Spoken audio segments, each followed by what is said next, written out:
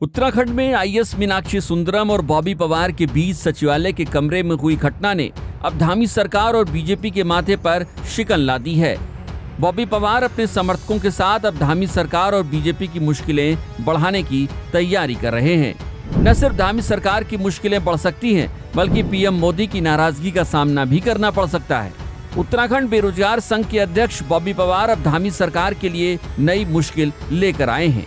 दरअसल 9 नवंबर को बॉबी पवार और उनके साथी युवाओं ने एक रैली निकाली और मुख्यमंत्री आवास कूच किया। इस रैली का मकसद पुलिस भर्ती में आयु सीमा की छूट की मांग को मंजिल तक पहुंचाना था। इसी रैली के दौरान बॉबी पवार ने कुछ ऐसा कह दिया जिससे बीजेपी और धामी सरकार की नींद रातों रात उड़ गई है। दरअसल केदारनाथ में उपचुनाव हो रहे हैं। बीजेपी इस उपचुनाव को जीतने के लिए हर हथकंडा अपना रही है। यहाँ तक कि चुनाव के ऐलान के काफी पहले से ही बीजेपी ने केदारनाथ विधानसभा में 5-5 कैबिनेट मंत्रियों को उतार दिया था। खुद मुख्यमंत्री वहां जाकर करोड़ों रुपए की योजनाओं की घोषणा करके आए थे। बीजेपी के लिए ये चुनाव जीतना बेहद जरूरी है, क्योंकि केदारनाथ धाम हिंदुओं का बेहद पवित्र और महत्वपूर्ण धाम माना जाता है। अगर बीजेपी यहाँ हारी तो उसकी हिंदूवादी छवि पर गहरा डेंट लगने वाला है। जो भी बीजेपी हाल में हुए 2 उपचुनाव हारकर इतिहास बना चुकी है। यहाँ तक कि बीजेपी बद्रीनाथ सीट भी हार चुकी है। अब केदारनाथ की सीट हारी तो न सिर्फ बीजेपी के केंद्रीय संगठन बल्कि पीएम मोदी की नाराजगी भी तय मानी जा रही है। वहीं अब बीजेपी के लिए केदारनाथ में जीत की राह कठिन होने जा रही है। बॉबी पवार ने ऐलान किया है कि अगर सरकार ने उनकी मांगे नहीं मानी तो उत्तराखंड बेरोजगार संघ का एक जत्था केदारनाथ विधानसभा में घूम कर लोगों को बीजेपी की सच्चाई बताएगा।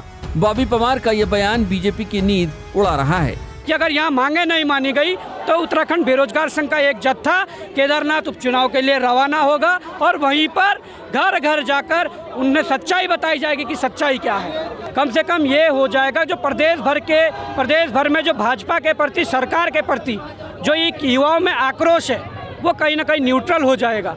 और अगर न्यूट्रल नहीं करेंगे तो समझ सकते हैं पहले बद्रीनाथ गया, मंगलोर गया, हो सकता है केदारनाथ भी जाएं, क्योंकि इस जो क्राइटेरिया है ये सामान्य वर्ग के युवा के लिए सबसे ज़्यादा खराब है। और उस सीट पर, जिस सीट पर उपचुनाव होने हैं, उस सीट पर सबसे ज़्यादा अगर युवा है वहाँ एसटी तो है ही नहीं, वहाँ दूसरा भी नहीं है, सबसे ज़्यादा युवा सामान्य वर्ग के युवा है। और मैं चाहता हूँ अगर सरकार मांग नहीं मानती है वो युवा अपने अभिभावकों, अपने रिश्तेदारों के लिए ये मैसेज दें कि सरकार हमारी मांग नहीं मान रही और प्रतिज्ञा लें कि हम सरकार के विरोध में काम करेंगे। बीजेपी के लिए केदारनाथ की सीट निकालना पहले से ही मुश्किल बना हुआ है। दरअसल इस सीट पर टिकट के लिए बीजेपी के कई नेताओं ने दावेदारी की थी। इनमें से कुलदीप रावत और ऐश्वर्या रावत का नाम सबसे अधिक चर्चाओं में था।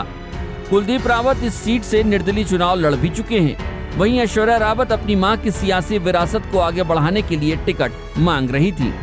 हालांकि बीजेपी ने दोनों नेताओं को काफी हद तक मैनेज किया है, लेकिन अगर ये दोनों नेता उदासीन बनकर घर में बैठे रहे तो बीजेपी के लिए जीतना मुश्किल ही होगा।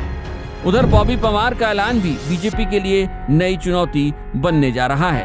अब देखना ये होगा कि बीजेपी बॉबी फैक्टर से लड़ने के लिए केदारनाथ में क्या रणनीति अपनाती है।